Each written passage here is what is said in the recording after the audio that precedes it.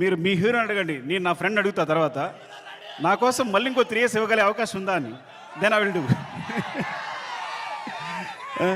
Sorry darling, నీ prime time అంతా లాగేసుకున్నాను. ప్రొడ్యూసర్స్ అంటే సినిమా అనేది ఇప్పుడు నేను టెండూల్కర్ ఫ్యాన్ని. టెండూల్కర్ ఫస్ట్ క్లాస్ మ్యాచ్ ఆడుతున్నప్పుడు ఎవరు జనాలు లేరు స్టేడియంలో. అదే T20 వన్ డే మ్యాచ్ ఆడుతున్నప్పుడు అందరూ ఉన్నారు. సో అలాంటి ప్లాట్ఫామ్ క్రియేట్ చేస్తారు మా producers. One day match, T20 match లాంటి ప్లాట్ఫామ్ క్రియేట్ చేస్తారు. సో దాంట్లో మేమందరం మంచి ప్లేయర్స్గా ఆడగలం. So thank you so much. Main Ravi గారు, నవీన్ గారు, అసలు మీ గ్రోత్ అనేది ఎంత బాగుందంటే, ఎంత అందంగా ఉంది అంటే నేను చాలా ఆనందపడుతుంటాను లోపల. Thank you so much sir.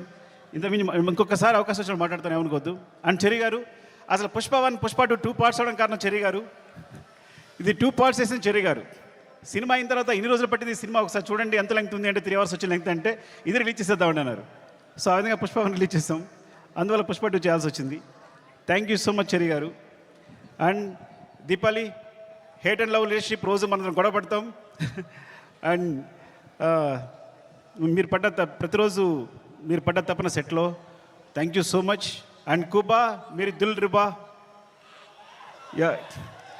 ఈ వ్యక్తి మామూలు వ్యక్తి కాదు. ఈజ్ విజువల్ సార్ అంటే తన విజన్ అనేది వేరే. నేను తను లేకుండా ఒక్క ఫ్రేమ్ కూడా ఊహించలేను. Thank you so much Kuba. And Srivalli గురించి మాట్లాడాలి కంపల్సరీ.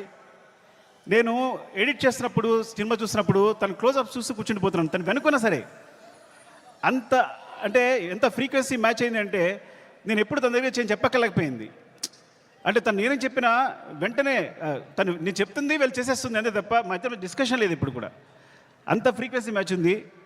అంటే ఒక క్లోజ్అప్ని ఎప్పుడు నేను ఎన్నిసార్లు ఎంత వెనకాల తను హీరో మాట్లాడుతున్నా కూడా వెనకాల ఉంటూ ఎక్స్ప్రెషన్ ఇస్తుంటే కనుక నా అయ్యట్ వెళ్ళిపోతుంది. మొన్న గర్ల్ ఫ్రెండ్ టీజర్ చూశాను నేను, రాహుల్ చూపించాడు, అందులోని క్లోజప్సే.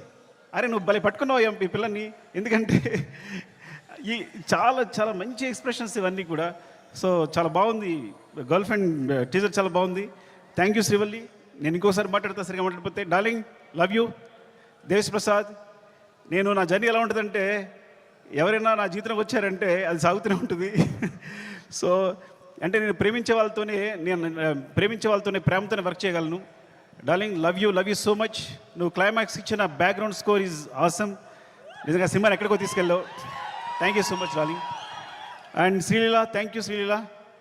అండ్ అమ్మాయి అమేజింగ్ మూవ్స్. అండ్ నువ్వు ముద్దుగా తెలుగు మాట్లాడుతున్నావు. నువ్వు మెసేజ్ పెడితే అన్ని తెలుగులోనే ఉంటున్నాయి. ఈ కాలంలో ఒక అమ్మాయి తెలుగు మాట్లాడుతుంది ఇంత అందంగా అంటే.